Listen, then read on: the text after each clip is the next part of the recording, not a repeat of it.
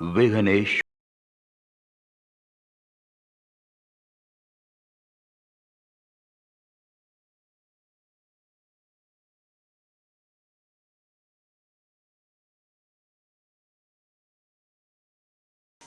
कोटि कोटि कंठ कल कल निनाद कराले,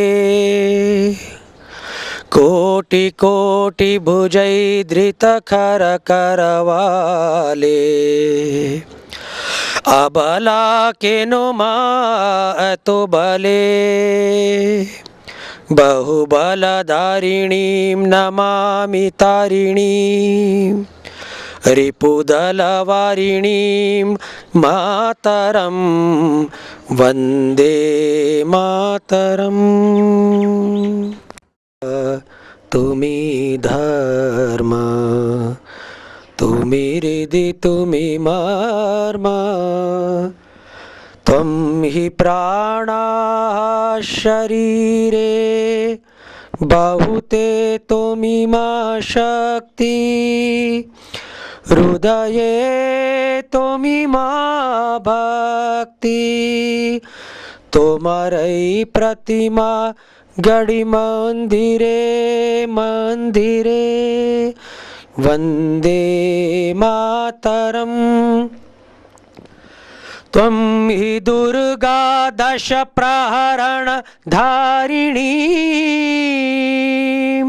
कमला कमलदल विहारिणी,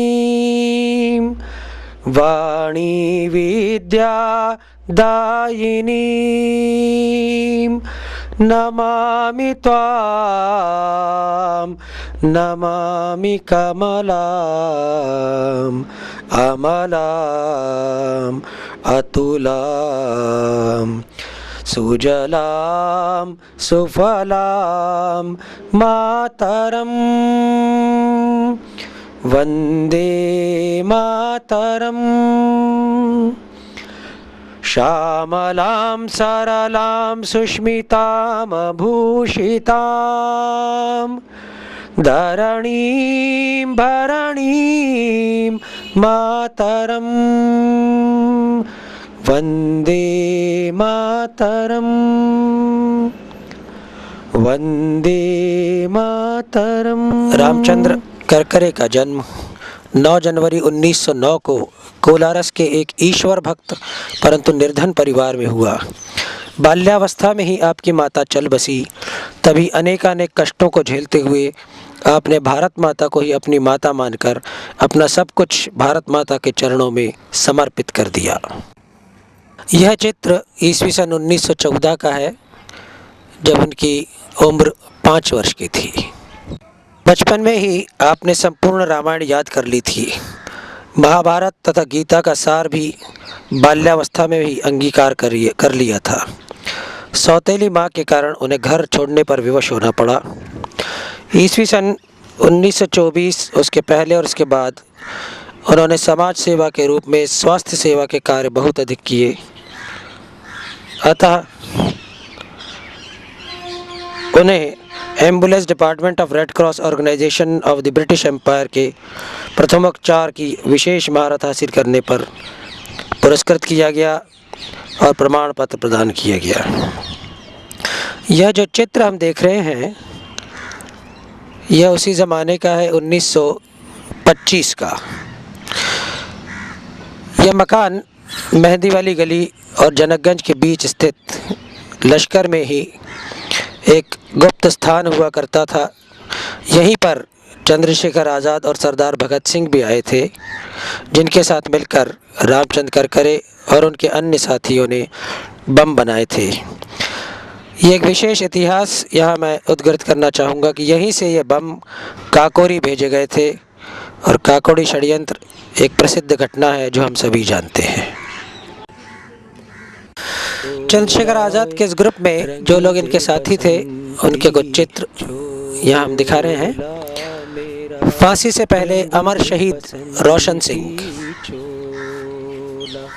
सारे ओरिजिनल फोटोग्राफ्स हैं। चंद्रशेखर आज़ाद का जो सुप्रसिद्ध फोटो है वो यहाँ प्रस्तुत है। अमर शहीद चंद्रशेखर आज़ाद ब्रिटिश साम्राज्यशाही पुलिस से संघर्ष में बलिदान रहे। पहन के निकला, आज उसी को पहन के निकला, हम मस्तों का टोला, मेरा रंग दे बसंती चोला। बड़ा है शहीद आजम सरदार भगत सिंह का गुलामी, यही फोटो बाद में बहुत प्रचलित हुआ और प्रसिद्ध हुआ। क्या जीना जिसका देश गुलाम है। शहीद सुखदेव जो भगत सिंह के साथ फांसी पर चढ़ गए थे। सीने में जो दिल था यारों, आज बना वो शोला, शिवराम राजगुरु रंग दे बसंती चोला लिए गए। अमर शहीद भगवती चरण वोरा रावी तट पर बम परीक्षण में शहीद हुए। स्टार्ट। ईस्वी सन 1924 में रामचंद्र करकरे जी ने ग्वालियर स्टेट से मिडिल स्कूल पास किया, जिसमें प्रथम स्थान मिलने पर आपको स्वर्ण पदक प्रदान किया गया। और ईस्वी सन 1925 में भरतपुर में 17वीं हिंदी साहित्य सम्मेलन में आपको विशारद की पदवी से अलंकृत किया गया। आप एक अत्यंत श्रेष्ठ कवि और लेखक भी थे, उतने ही श्रेष्ठ वक्ता भी थे। आपकी कुछ प्रसिद्ध कविताओं में मैं सिर्फ 2 पंक्तियां यहाँ गा रहा हूँ। जननी है आनंददात्री, प्राण की आधार है, जननी ही है सौख्य मेरा, जननी ही सर्वस्व है। और एक ऋतु बसंत पर उनकी दूसरी कविता है। बसंत ऋतु के सांध्य समय में, उपवन के उस कोने में, निर्झर झरने के झरने में, कुहू कुहू से उस रव में। ये सब बातें हैं 1926-1927 की, जब साहित्य में उन्होंने ऊंचाइयां प्राप्त की। मैथिली शरणगुप्त हरिऔध जी और माखनलाल चतुर्वेदी उनके मित्रों में रहे। बाद में रामधारी सिंह दिनकर और जगन्नाथ प्रसाद मिले इत्यादि सभी।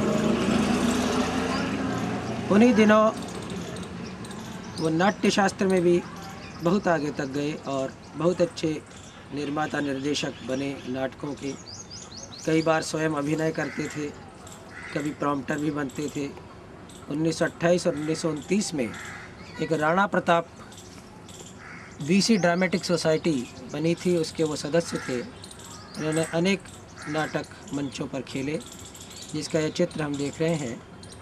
रामचंद्र करकरे जी और उनके वो सभी साथी जो नाटकों में भाग लेते थे। ये दृश्य यहाँ उपस्थित है। आपने 1930 में आगरा यूनिवर्सिटी से बीएससी किया, जिसमें हर बार की तरह उन्हें प्रथम स्थान और गोल्ड मेडल प्राप्त हुआ। 1931 और 1932 में इंदौर होलकर कॉलेज से एलएलबी किया।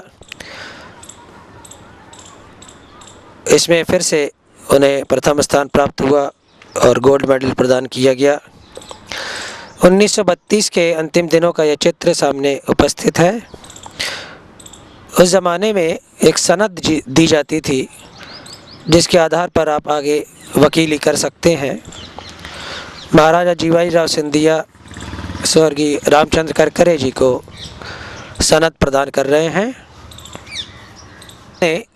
ईस्वी सन 1935 और 36 में भारत को स्वायत्तता प्रदान की थी और उस समय राज्यसभा, जिसे आज हम विधानसभा कह सकते हैं, उसके चुनाव करवाए थे। इन चुनावों में एक तरफ देशभक्तिपूर्ण शक्तियां थीं, जिनके प्रतिनिधि थे स्वर्गीय रामचंद्र करकरे, और दूसरी तरफ शास्त्री जी थे, जो उस समय की महाराजा के प्रतिनिधि थे, उन शक्तियों के प्रतिनिधि थे। परिणाम यह हुआ कि रामचंद्र करकरे जी बहुत बड़े बहुमत से विजयी हुए। उस समय का ये ईस्वी सन 1936 का चित्र हम देख रहे हैं, जब सराफे में उनका सम्मान हुआ और स्वागत किया गया। ईस्वी सन 1936 का जब वे भारी बहुमत से विजयी हुए थे और उनका स्वागत सत्कार यहाँ हुआ।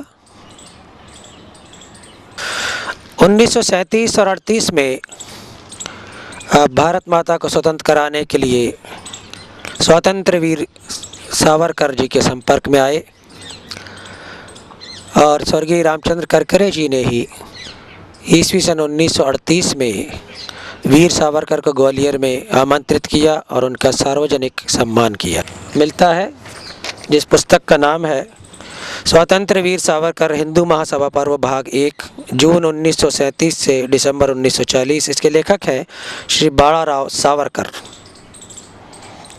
सावरकर के साथ उस समय ग्वालियर में जो सहयोगी थे, उसमें करकरे वकील साहब के अलावा गोपू पाटनकर वकील साहब और पारनेकर वकील साहब विशेष रूप से उल्लेखनीय है। 30 और उसके बाद की ही बात है, एक कोई मुवक्किल था, वो दिल्ली इलाहाबाद कई वकीलों के पास गया। कॉन्ट्रैक्ट लॉ की बात थी और सभी वकीलों ने बोल दिया कि हम तुम्हें जिता नहीं सकते, तुम्हें अगर केस जीतना है तो इलाहाबाद के वकीलों ने भी ये बोला कि ग्वालियर जाइए, स्वर्गीय रामचंद्र करकरे वकील से मिलिए, अगर जितवा सकते हैं तो वही जितवा सकते हैं, पूरे हिंदुस्तान में और कोई ये केस नहीं ले सकता आपका। इस बारे में करकरे वकील साहब के जो शिष्य हैं वो सभी बताते हैं कि उन्हें कॉन्ट्रैक्ट लॉ पूरा याद था, उसमें कॉमा और फुल स्टॉप तक वो बोलते थे, इस प्रकार से उन्हें कंठस्थ था। तो जो मुवक्किल यानी क्लाइंट उनके पास आया ग्वालियर में, करकरे वकील साहब ने मुकदमा लड़ा और यहाँ से वो मुकदमा उस समय लंदन इंग्लैंड भेजा गया, क्योंकि संभवतः सर्वोच्च न्यायालय वहाँ रहा होगा। और वहाँ पर जाकर के करकरे वकील साहब ने जो जो कारण बताए थे, जो प्लिया किया था, उसके आधार पे वो केस जीता गया। वो क्लाइंट इतना प्रसन्न हुआ कि उसने उस ज़माने में एक सिट्रॉन कार करकरे वकील साहब को भेंट दी थी। 1939 और 1940 का ये चित्र हम देख रहे हैं, जब वो वकालत में बुलंदियों पर थे।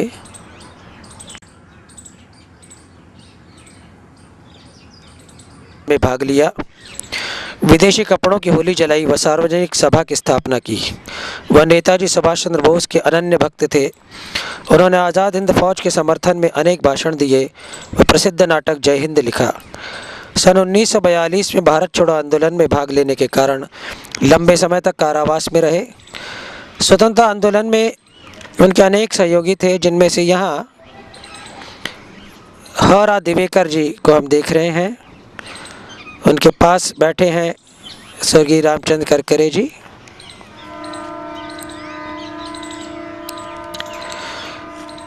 सुशीला खांडेकर और एक अन्य शिष्य जो बाद में वकील भी बने, दावा निगुड़कर। करकरे जी के सहयोगियों में हरा दिवेकर के अलावा मुरलीधर घुले, डॉक्टर सदानंद, जगन्नाथ प्रसाद मिलिंद, गोपी कृष्ण कटारे, यशवंत सिंह कुशवाहा तथा रामकृष्ण दीक्षित आदि प्रमुख रहे।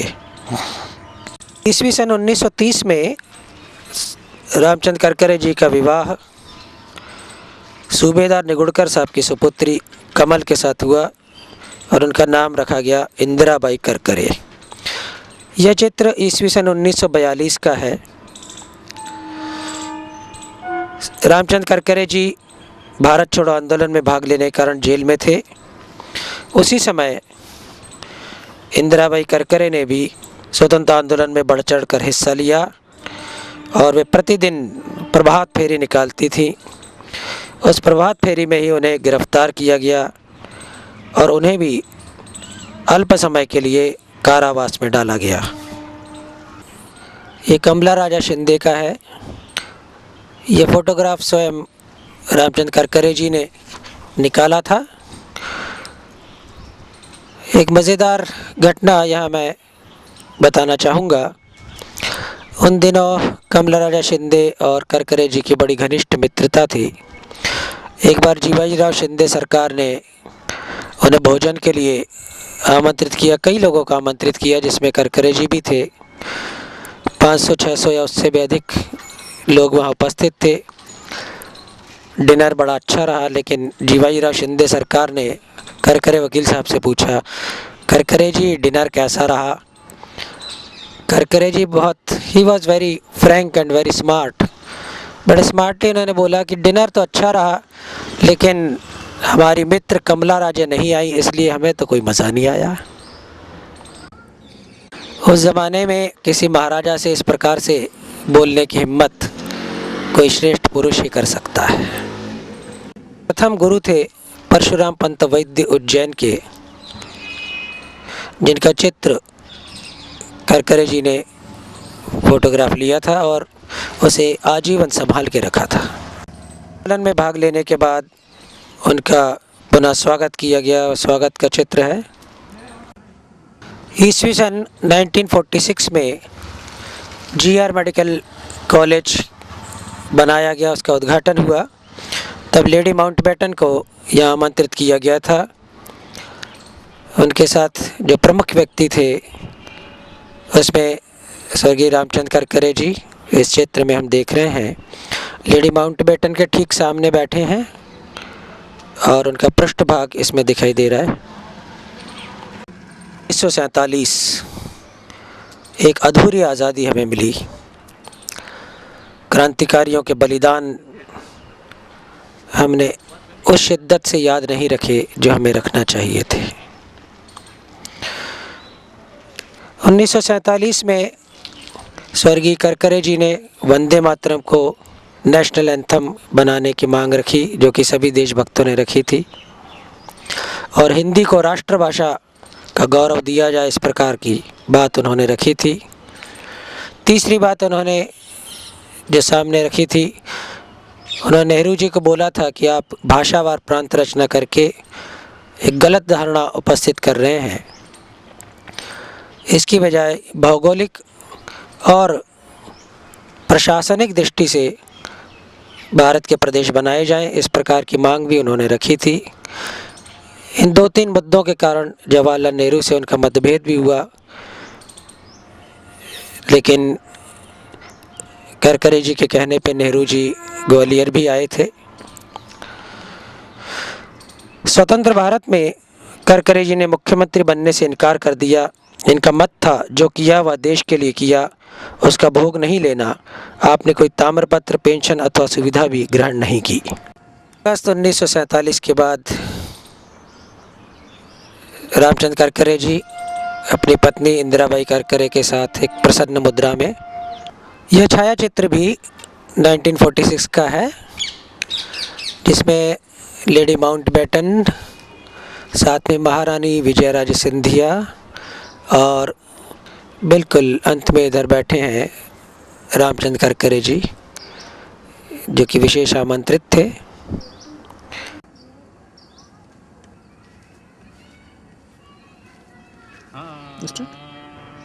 स्वर्गीय करकरे जी संगीत के बहुत बड़े शौकीन थे।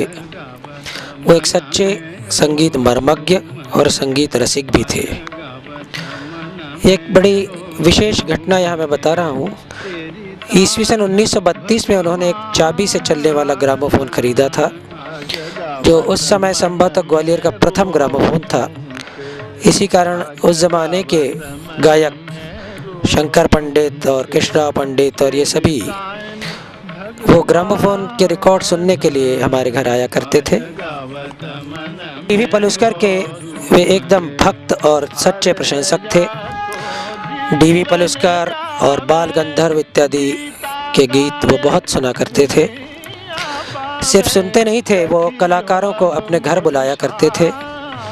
उन दिनों की बात है, बाल गंधर्व, नारायण राव व्यास और विनायक राव पटवर्धन इत्यादि जो बड़े बड़े गायक थे, उन्हें करकरे जी ने अपने घर पे बुलाया 3-3 दिन वो घर पे रहते थे और अपना गायन उन्हें तो सुनाते ही थे, वो पूरे शहर की सेवा भी, संगीत सेवा इस प्रकार से करते थे कि एक सार्वजनिक कार्यक्रम सभी श्रोताओं के लिए, पूरे ग्वालियर के लिए वो रखा करते थे और उसका सारा खर्चा इत्यादि का वहन करकरे जी स्वयं करते थे।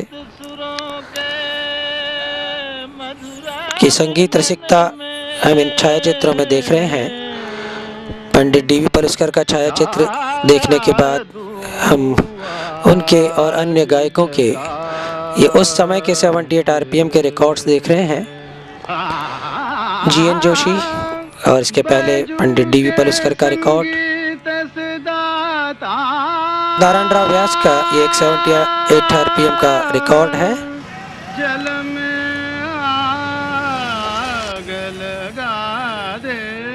यहाँ मैं बताना चाहूँगा कि वो सच्चे अर्थों में जीनियस थे। वो जिस पुस्तक को पढ़ लेते थे वो उन्हें पूरी याद हो जाती थी, वर्षों तक याद रहती थी, चाहे वो शेक्सपियर की हो, चाहे कार्ल मार्क्स हो, चाहे वैदिक परंपरा के सिद्धांत हो या कुछ भी हो। उन्होंने घर पे तो एक पुस्तकालय बनाया ही था, इसके अलावा माधव पुस्तकालय और सेंट्रल लाइब्रेरी के लिए पूर्ण सहयोग उनका रहा। माधव पुस्तकालय की स्वर्ण जयंती 1949 में हुई थी, जब सुब्रमण्यम जो तत्कालीन शिक्षा मंत्री थे वो मुख्य अतिथि थे और महाराजा जीवाजीराव शिंदे ने अध्यक्षता की थी और विशेष अतिथि थे स्वर्गीय रामचंद्र करकरे। ये छायाचित्र उस समय का हम देख रहे हैं। छायाचित्र है जिसमें बाएं से दाएं हम देख रहे हैं महाराजा जीवाजीराव शिंदे सरकार, उसके बाद सुब्रमण्यम जी और फिर स्वर्गीय रामचंद्र करकरे। 49 का स्वर्ण जयंती है माधव पुस्तकालय की, उसी समय का चित्र हम देख रहे हैं। और यह छायाचित्र है उस मकान का जिसमें करकरे जी नाग मंदिर के सामने इस मकान में जहाँ रहते थे 1932 से 1939। ये वही कालखंड है जिसमें उन्होंने वीर सावरकर से संपर्क साधा था। पास में मध्य भारत की स्थापना हुई। उस समय ग्वालियर में राणे खां के महल में विशेष बैठकें आयोजित की जाती थीं, जिसमें जीवाजीराव शिंदे और करकरे वकील साहब विशेष रूप से उपस्थित रहते थे। तब यह तय पाया गया था कि कौन कौन से यम नियम होंगे, क्या कानून होंगे शासन को चलाने के लिए, वो सब कुछ करकरे जी स्वयं लिखेंगे, बनाएंगे। इस प्रकार से यहाँ मंत्रियों के अधिकार और किस प्रकार से मंत्रालय का कार्य चालू होगा, ये सारी बातें तय की थी करकरे जी ने। उन्होंने ही सारे कानून बनाए थे। उन्हीं दिनों पुरानी हिंदी साहित्य सभा का नाम बदल कर एक नई गठित की गई थी, जिसका नाम था मध्य भारतीय हिंदी साहित्य सभा लश्कर। उसके संस्थापक सदस्य करकरे जी थे, जो इस छायाचित्र में हम देख रहे हैं। प्रथम कार्यकारिणी समिति, ये प्रथम कार्यकारिणी थी। प्रारंभ में वह महामंत्री भी रहे साहित्य सभा के और बाद में अध्यक्ष भी रहे। जैसा कि मैं बता रहा था, करकरे जी संगीत के बहुत शौकीन थे। 1952 में एक फिल्म रिलीज़ हुई थी, फिल्म का नाम था बैजू बावरा। वो उस फिल्म के ऐसे दीवाने हुए कि सतत 12 बार उन्होंने वो पिक्चर देखी और उसी समय उन्होंने तत्काल 78 आरपीएम्स के रिकॉर्ड्स के ऐसे सेट आते थे, पूरा सेट 12 रिकॉर्ड्स का उन्होंने ख़रीदा। जो गीत बहुत प्रसिद्ध है, आज गवत मन मेरो, पंडित डीवी पलुस्कर जी और आमिर खान साहब का ये छायाचित्र में हम सामने देख रहे हैं। ये वही रिकॉर्ड है। रिकॉर्ड प्लेयर बाद में सरोद घर में रखा गया, जो आज भी वहाँ उपलब्ध है। करकरे जी की स्मृति में वो जो चाबी वाला ग्रामोफोन है वो सरोद घर जीवाजी लश्कर में आज भी सुरक्षित है। स्वतंत्र भारत में करकरे जी लगातार समाज सेवा करते रहे। इसमें शिक्षण भी एक उनका भाग था। सीखना और सिखाना, पढ़ना और पढ़ाना। अनाथालय और अंधाश्रम को सतत मदद वो करते रहे। महिला शिक्षण क्षेत्र में उन्होंने अत्यधिक कार्य किया, महिलाओं को बहुत प्रोत्साहित किया। उनकी कई शिष्याओं ने LLB किया उस समय। महारानी लक्ष्मीबाई कॉलेज ग्वालियर का यह छायाचित्र हम देख रहे हैं 1958-59 का है, जब प्रोफेसर शिवदयाल श्रीवास्तव जो करकरे जी के अच्छे मित्र थे, उनका फेयरवेल यहाँ हो रहा है। का MLB कॉलेज का चित्र है। करकरे जी की ये बहुत बड़ी विशेषता थी कि वो समय के बहुत बड़े पाबंद थे। वहाँ का MLB कॉलेज का चपरासी हमें बताता था कि शाम के 6 बजे की क्लास हुआ करती थी, और जब भी करकरे जी की कार MLB कॉलेज के पोर्च में आ जाती थी तो वह बिना घड़ी देखे 6 घंटे बजा देता था कि 6 ही बजे होंगे। यह उनकी समय की पाबंदी थी। है स्वर्गीय रामचंद्र करकरे जी के पिताश्री मोरेश्वर करकरे का, जिनका निधन 1964 में हुआ। छतरी बाज़ार के मकान में ही यह घटना हुई। ये करकरे जी की विशेषता थी, उनका एक सद्गुण था कि उन्होंने पिता की सेवा भी बहुत की और अपनी सौतेली माँ की भी सेवा की, और अपने सौतेली माँ से जो उत्पन्न जो पुत्र था, जो उस छोटे भाई को भी अपने बेटे की तरह लिखाया, पढ़ाया और प्यार दिया। वो सभी रिश्तेदारों से और गैर रिश्तेदारों से भी बहुत प्रेम करते थे। यह जो छायाचित्र हम देख रहे हैं 1966 का है, स्वर्गीय रामचंद्र करकरे जी इसमें हम देख रहे हैं। वो सभी से बहुत प्रेम करते थे। एक बार पॉलिटेक्निक कॉलेज के लड़कों का कुछ जुलूस था, उस पर पुलिस ने डंडे बरसाए थे। गश्त का ताजिया लश्कर की घटना है। करकरे जी की कार वहाँ से गुजर रही थी। करकरे जी एकदम से कार से उतरे और जिस लड़के को मारा जा रहा था उसके ऊपर वो लेट गए उसकी सुरक्षा के लिए, और पुलिस को लाठीचार्ज रोकना पड़ा। इतना प्रेम वो सभी विद्यार्थियों से करते थे। वो ये नहीं सोचते थे कि ये मेरे महाविद्यालय का है या किसी अन्य महाविद्यालय का है। के निवास स्थान का है 1966 का। जैसा कि मैंने पहले भी बताया कि मैथिली शरण गुप्त और हरिऔध जी और बड़े बड़े बहुत से साहित्यकार उनके मित्र थे। उसी में एक थे ग.दी. माडगुलकर। वो यहाँ हम देख रहे हैं, जो मराठी में ग.दी. माँ के नाम से बहुत प्रसिद्ध हैं। साथ में राजा मंगल वेडेकर और राजा बढ़े जो अन्य कवि साथ में खड़े हैं। ये सभी 6-6 दिन 7-7 दिन करकरे जी के पास ही रहते थे छतरी बाज़ार के निवास में। हम देख राजर्षि पुरुषोत्तम दास टंडन और अयोध्या सिंह हरिऔध जी जो छतरी बाज़ार के निवास पर करकरे जी के साथ रहे थे उन दिनों। छायाचित्र में हम देख रहे हैं हरिऔध जी और उनके साथ बैठे हैं शिवदेव बिहारी मिश्र। करकरे जी के 2 और शौक़ थे। एक शौक़ था साइकिलिंग और दूसरा था फ़ोटोग्राफ़ी। उन्होंने उस समय एक साइकिल भी खरीदी थी और एक कैमरा ख़रीदा था। इसी फ़ोटोग्राफ़ी शौक़ के चलते पूरे भारत का भ्रमण भी किया।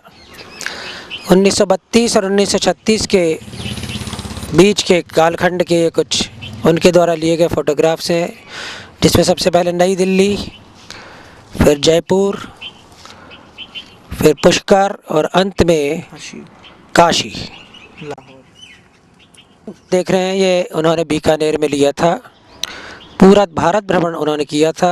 उस ज़माने में अखंड भारत था, तो जब अखंड भारत हुआ करता था वो लाहौर और रावलपिंडी भी गए थे। उन्होंने वहाँ जो फ़ोटोग्राफ्स लिए थे उसमें से 3 यहाँ हम दिखा रहे हैं। लाहौर का ये चित्र, लाहौर की पहाड़ियाँ और अंत में लाहौर गार्डन्स। रिश्तेदारों परिचितों को अपनी हटसन कार में बिठाकर अक्सर ही पिकनिक ले जाया करते थे, जिसमें लगभग प्रतिवर्ष देवखो जाना अवश्य हुआ करता था। ये छायाचित्र हम देख रहे हैं देवखो का है। जो कि तिघरा से पहले एक पिकनिक स्पॉट लगता है। करकरे जी सच्चे कर्मवीर थे, कर्मयोगी थे। उन्होंने प्रारंभ के दिनों में गणेश को इष्ट देवता मानकर कुछ वैदिक साधना भी की थी और प्रारंभ के दिनों में जनेऊ धारण करके वो अथर्वशीर्ष भी प्रतिदिन बोलते थे। तो अथर्वशीर्ष बाद में भी वो प्रतिदिन बोला करते थे। इसके अतिरिक्त चूँकि उन्होंने निष्काम कर्म किया, देश सेवा की, इसलिए उन्हें 1967 और 68 के दौरान आत्मज्ञान प्राप्ति हुई, आत्म साक्षात्कार भी हुआ, उन्हें दिव्य धवल पुरुष के दर्शन भी हुए और उस समय उन्होंने आध्यात्मिक कविताएं भी लिखी। जो एक कविता का शीर्षक है, मैं आज तुम्हारे दिन भर का हूँ साथी, मत करना मुझसे कल की बात, और दूसरी कविता भी बहुत आध्यात्मिक है। उसमें एक प्रश्न आता है, परंतु हूँ मैं कौन, मैं ये हूँ, मैं वो हूँ, लेकिन अंत में वास्तव में मैं कौन हूँ, यह प्रश्न उसमें छूट जाता है। इस प्रकार की वो आत्मज्ञान की एक कविता है। छायाचित्र में जो मकान हम देख रहे हैं, यह वही मकान है छत्री बाजार लश्कर ग्वालियर स्थित, जिसमें स्वर्गीय रामचंद्र करकरे जी 1939 से अपने अंतिम दिन 24 फरवरी 1969 तक रहे। भारत वे सामान्यतः कभी बीमार नहीं हुए, कभी हल्का फुल्का बुखार रहता था तब भी वो हाई कोर्ट भी जाते थे, MLB कॉलेज भी जाते थे। वे सामान्यतः कभी बीमार नहीं होते थे, कभी हल्का फुल्का बुखार आ जाए तो वो फिर भी रोटरी क्लब भी जाते थे, MLB कॉलेज भी जाते थे, हाई कोर्ट भी जाते थे, अपना सारा कार्य करते रहते थे। और लेकिन दिसंबर 1968 के अंतिम दिनों में उन्हें बुखार आया और काफ़ी बीमार हो गए थे। तब उन्होंने स्पष्ट बता दिया था कि मैं सिर्फ 2 महीने का मेहमान हूँ और फिर अपने घर चला जाऊँगा। अंतिम दिनों में वो केवल एक ही रिकॉर्ड सुना करते थे, जो भजे हरि को सदा सोही परम पद पावेगा, भीमसेन जोशी का गाया हुआ। सोही परम पद पावेगा। उनके स्वर्गवास के बाद उस समय के प्रसिद्ध समाचार पत्रों नव प्रभात और हमारी आवाज इत्यादि ने प्रथम पृष्ठ पर प्रमुखता से उनका समाचार छापा और तत्कालीन जो भोपाल रेडियो मध्य प्रदेश आकाशवाणी का हुआ करता था, वहाँ से समाचार प्रसारित हुआ। इसी के साथ पूर्ण होती है एक देशभक्त और समाज सेवी की अमर कहानी। कृतज्ञ शहरवासियों ने, नगर निगम ग्वालियर ने और मध्य प्रदेश शासन ने ऐसे महान क्रांतिकारी के नाम पर रामचंद्र करकरे मार्ग और रामचंद्र करकरे तिराहा या नामकरण छत्री बाजार तिराहे और छत्री बाजार मार्ग को दिया है। बाजार लश्कर, जनकगंज औषधालय जनकगंज तिराहे से लेकर नागदेव मंदिर छत्री बाजार तक का मार्ग आज स्वर्गीय रामचंद्र करकरे मार्ग के नाम से कहलाता है।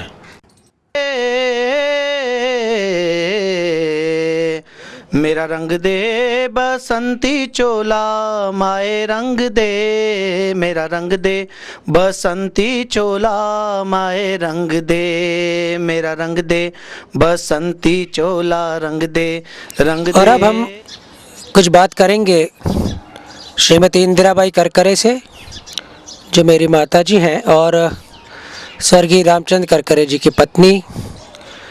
इंदिराबाई करकरे का जन्म ईस्वी सन 1917 में हुआ और इन्होंने भी स्वतंत्रता संग्राम में भाग लिया था। आज ईस्वी सन 2007 में 90 वर्ष इनके पूर्ण हो गए हैं। तो हम मुखातिब होते हैं इंदिरा जी की तरफ। तो इंदिरा जी, मैं आपसे प्रश्न पूछूंगा, स्वर्गीय करकरे जी और छत्री बाज़ार का जो रिश्ता है, छत्री बाज़ार के बारे में आप कुछ बताएं। क्या? छत्री बाज़ार और करकरे जी के बारे में। हाँ, मी काय का छत्री बाजार खेळायचा क्लब आहे, त्याचे अध्यक्ष होते ते पहिल्यांदा सुरू केलं ते ना। हिंदी में बोले तो ज़रा सभी को अच्छा ते लगेगा। महाराज जेव्हा आले होते तिथे खेळ पाहायला, त्यांनी स्वतः सांगितलं शिंदेसारखं नाही तिथे. तेच एक माहिती आहे मला. आणखी काँग्रेसच्या बाबतीत काय आणखी अशा आठवणी तर हजारो आहे, पण काय सांगायचं आहे समजत नाही. काय सांगायचं आहे तुम्हाला. या श्रीमती इंदिराबाई करकरे बता रही हैं कि 15 अगस्त 1947 को जब भारत को आज़ादी मिली उसी दिन एक समाज सेवा का बड़ा कार्य करकरे जी ने किया था. छत्री बाजार क्लब की स्थापना उन्होंने की, सीबी क्लब, जिसमें प्रारंभ में गर्दे वकील साहब भी थे और बाला साहब पवार भी थे. इसका सीबी क्लब नामकरण किया गया और वो ऐसा कुछ बता रही हैं कि बड़ी हज़ारों यादें हैं. अब इस समय मैं कौन सी बताऊं, खासकर कांग्रेस महाधिवेशन की यादें हैं और भारत छोड़ो आंदोलन की कुछ यादें हैं. हम फिर से प्रयत्न करते हैं वो शायद कुछ बताएं.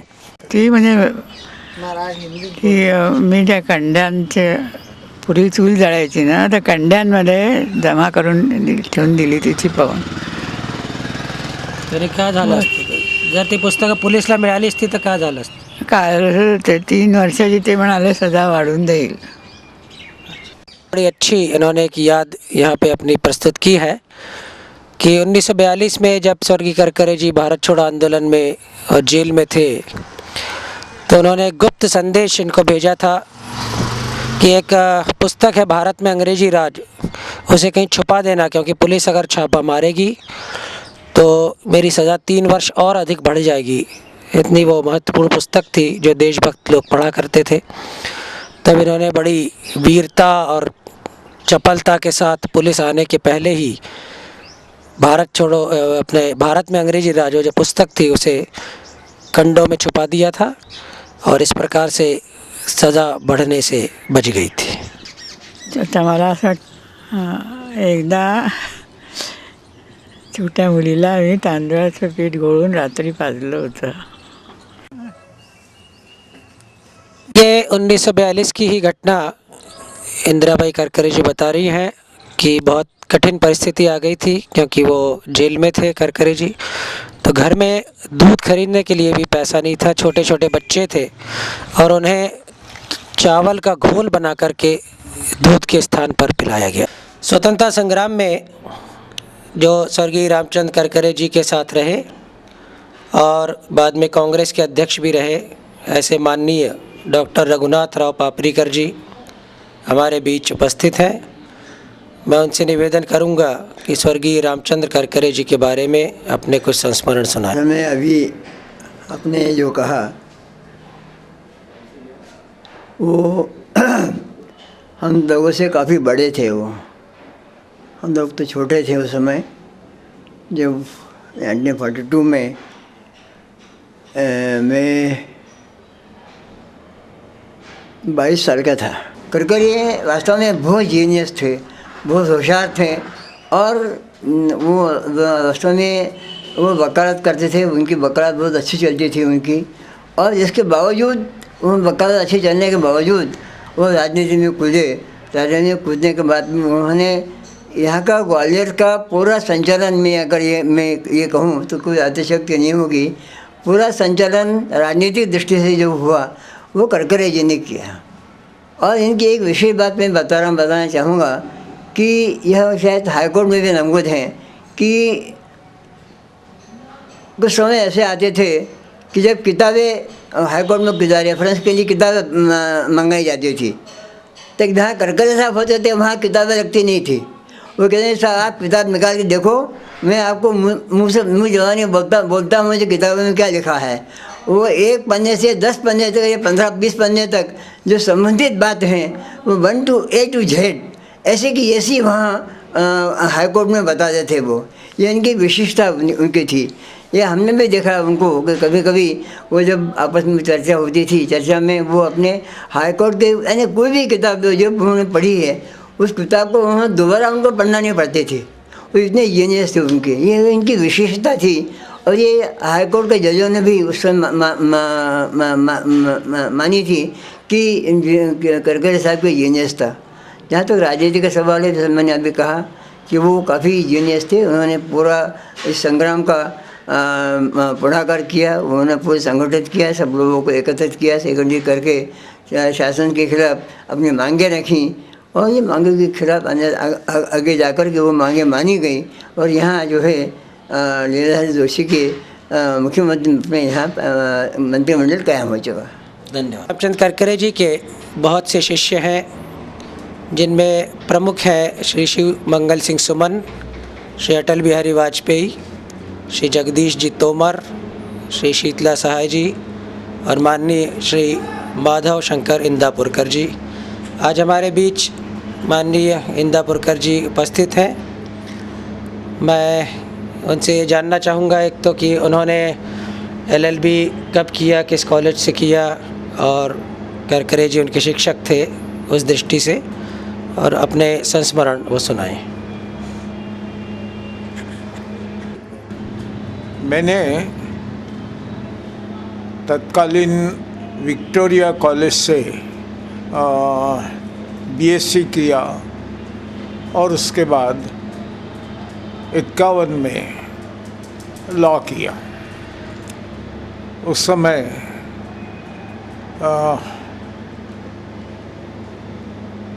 पाटनकर, श्री करकरे और हेड ऑफ द डिपार्टमेंट हमारे थे,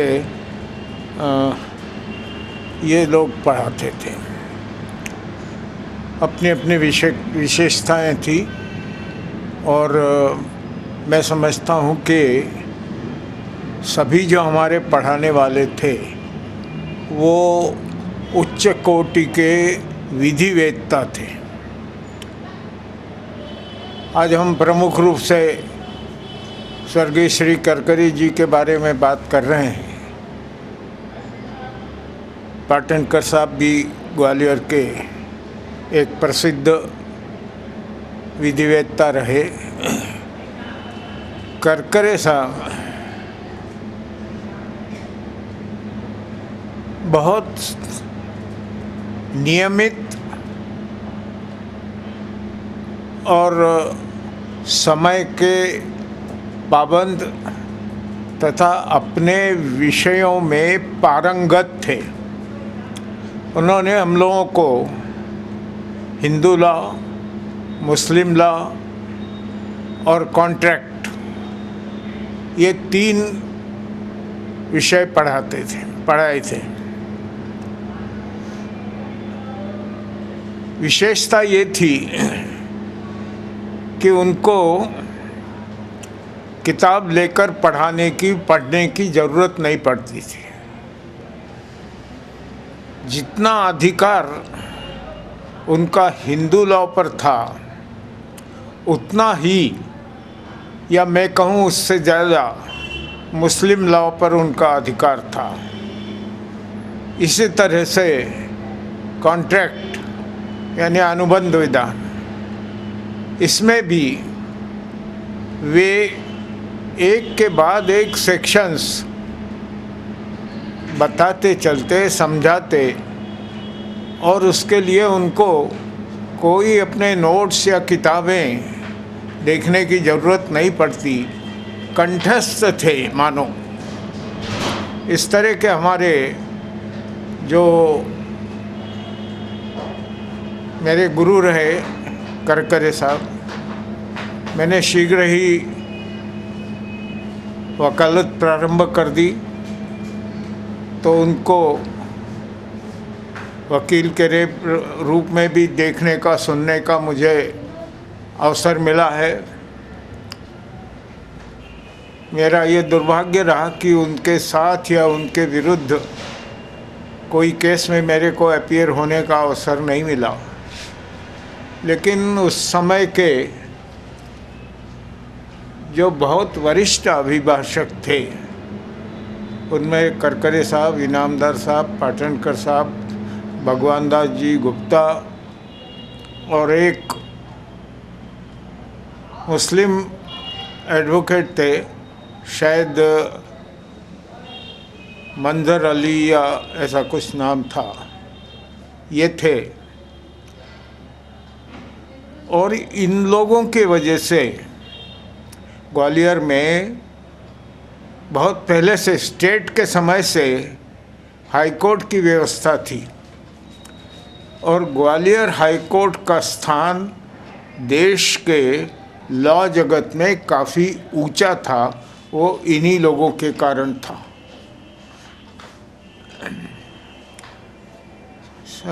करकरे साहब की सामाजिक राजनीतिक गतिविधियां भी रहीं।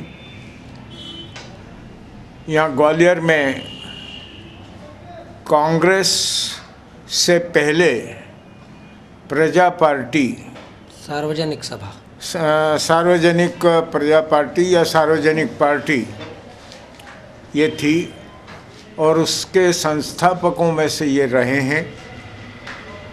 और उसके बाद कांग्रेस की स्थापना हुई तो कांग्रेस में परिवर्तित हो गई और सार्वजनिक पार्टी से मेरे ख्याल से उन्होंने इलेक्शन भी लड़ा था। उनके साथियों में से मुरलीधर घुले रहे, बांगड़ रहे, लेकिन ये लोग वकीलों में से नहीं थे। डॉक्टर सदानंद थे। हाँ, डॉक्टर सदानंद थे। ये डोंगर सिंह थे। जगन्नाथ प्रसाद मिलिंद। हाँ, जगन्नाथ प्रसाद मिलिंद थे। और वकीलों में शिवदयाल जी के पिताजी परमेश्वरी दयाल, ये भी उस समय के थे वकील। एक और अभिभाषक थे, वकील थे, वो बाबू भगवान स्वरूप जी। ये वकील क्षेत्र के लिए, वकालत के क्षेत्र के लिए ये लोग आदर्श थे। माननीय श्री माधव शंकर इंदापुरकर जी से बात की, जो स्वयं ग्वालियर में और प्रदेश में राजनीति के एक स्तंभ रहे हैं और भूतपूर्व विधायक भी रहे हैं। आप करकरे जी के कुछ प्रिय शिष्यों में से एक हैं। धन्यवाद। वतन वालों कभी मायूस मत होना, मनाना जश्न आजादी न मेरे वास्ते रोना, मनाना जश्न आजादी न मेरे वास्ते रोना, निगाहे मौत से भी हम मिलाने से नहीं डरते। देश मेरे मेरी जान है तू, देश मेरे मेरी शान है तू, देश मेरे मेरी शान है तू, देश मेरे मेरी जान है तू, देश मेरे मेरी शान है तू।